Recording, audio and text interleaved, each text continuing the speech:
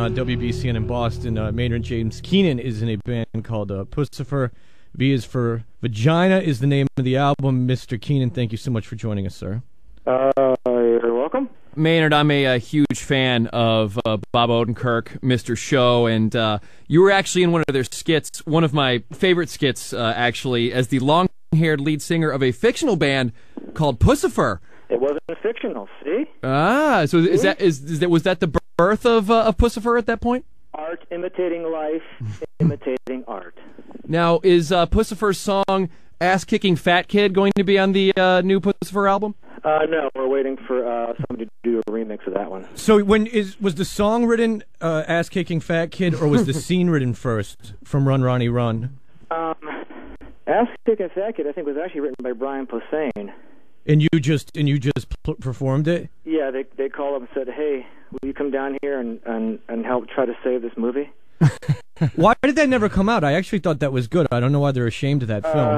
Well, I think what it was is that you had Bob and David and those guys wrote a pretty awesome script, and then by the time somebody, same old story, somebody got a hold of the script in the studio and unfunnied it. You could work with all the best stuff either got cut out or never got shot, which was kind of why David and Bob are kind of bummed out. Yeah, that happens, I imagine, quite often. Yeah. Brian Posehn, though, loves the metal. I imagine that that he could write several songs that could be rock anthems. Could be. I don't know that would fit in Puscifer, though. Yes. Not so much a rock band.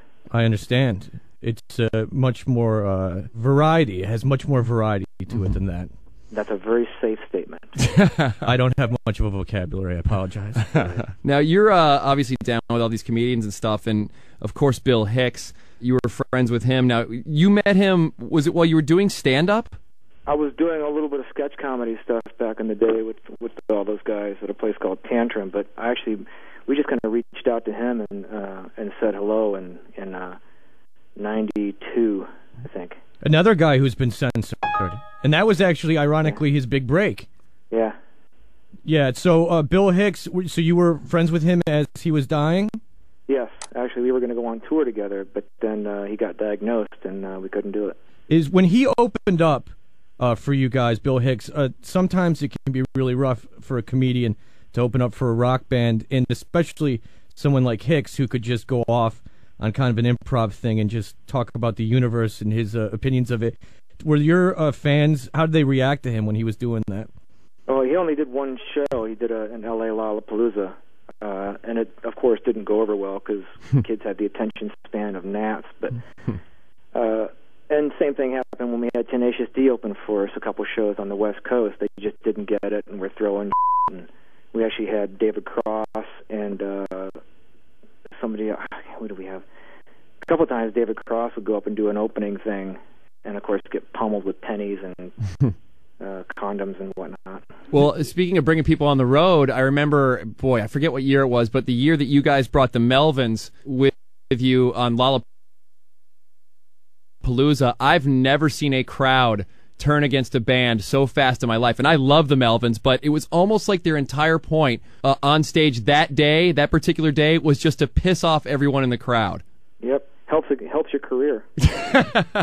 Well, Rich, you have actually been to Maynard's Vineyard, have you not? Yeah, I have. I went down, I was near Sedona, and I actually have a bottle of your Chupacabra wine. Did I sufficiently ignore you when you were there? I did not see you there, as a matter of fact. All I saw was a cool little picture of you in a cowboy hat with 3 other guys who apparently also own the vineyard. But, yeah, I have not even tried it yet. I'm afraid to open it. I'm keeping it as I'm a winemaking ninja. What year is it? I got it at the beginning of this year, like in February. It's the Chupacabra. Do you know what year? It's probably the 05 still then. Yeah, I would say drink it. Don't wait on that one. Now, do you find that people like Rich, are there a lot of people like Rich who are making the pilgrimage to your vineyard? Think so. And you're over there often, and people can request to see you? They can request. But you're too busy in the fields? Yes. Testing the soils? On deaf ears. We're talking to Maynard James Keenan. New project is Puscifer. I find it interesting that on the Puscifer website, I'm going through all the different things that you guys sell on there, the Puscifer T-shirts and the Puscifer music, but You also sell comedy CDs from Don Rickles, George Burns, even Jackie Mason. You like that? Yeah, Jackie, you big into the Catskills comedy scene, are you? The Jackie? Sure. You want to know the real story? What's that?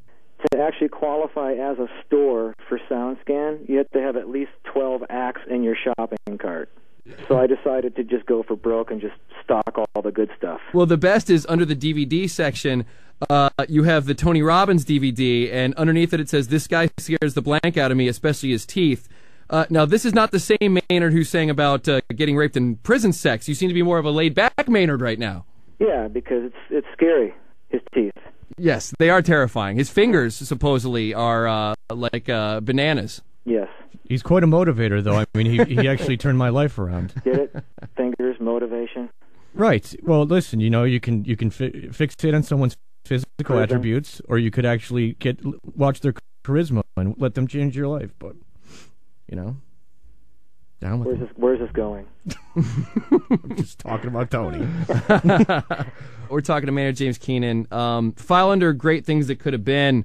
I know David Fincher, the director of Seven and Fight Club, did he not offer you a role in Panic Room, the one that ended up going to Dwight Yoakam?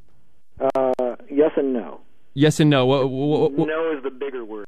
While we were shooting a Perfect Circle video, he said, "You know, I might have a part in mind for you," but that's pretty much where it ended. Oh, okay. So you never actually were officially offered the role? No, never officially offered. It was just a passing thought. And then as that movie came out, I realized, I bet that was the part that he had in mind. And I'm glad he gave it to Dwight Yoakam, because Dwight did an amazing job in that part. Yeah, he was very scary. It was good. He was good. Is Hollywood something you're looking to get more into, like doing some more movie roles or anything like that? Well, I mean, if it comes along and it's fun, yeah. But I'm more into doing the soundtrack stuff. That's what this album's kind of more about, is kind of soundtrack-oriented material.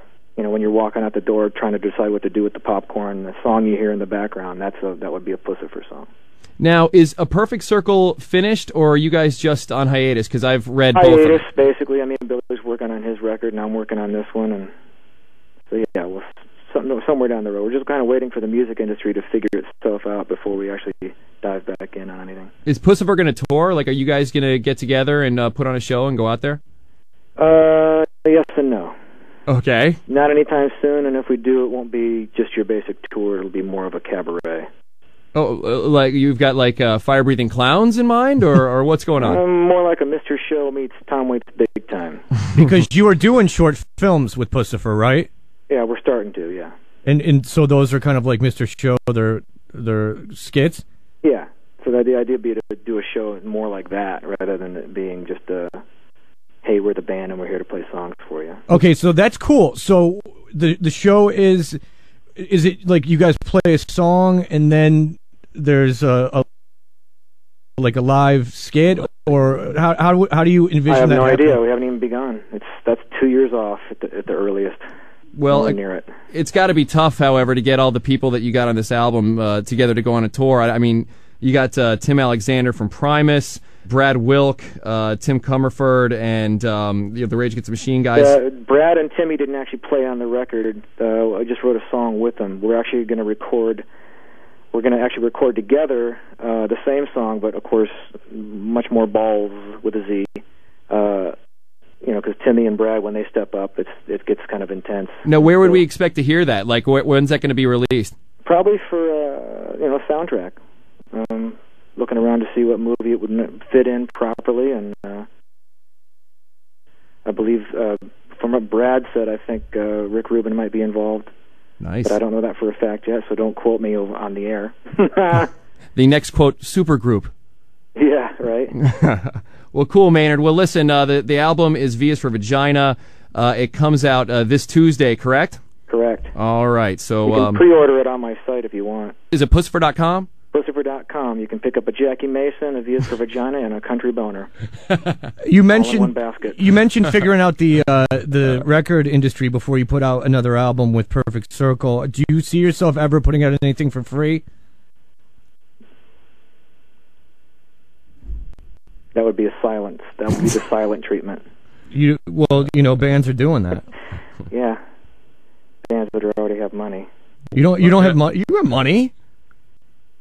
That's true. You probably have more than Radiohead. But to set that precedent would be kind of bad for bands that are kind of riding on the edge, don't you think? Band like Autolux or Burning Brides, it kind of screws those guys over because they're right on the edge. Right, but they tour, and then if they're the argument again for that would be that if people are listening to their music when they go on tour, they can sell more seats, and that's more money in their pockets.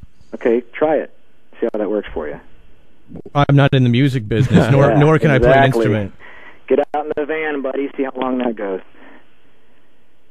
All right. Well, cool. Well, Maynard, thanks for talking to us.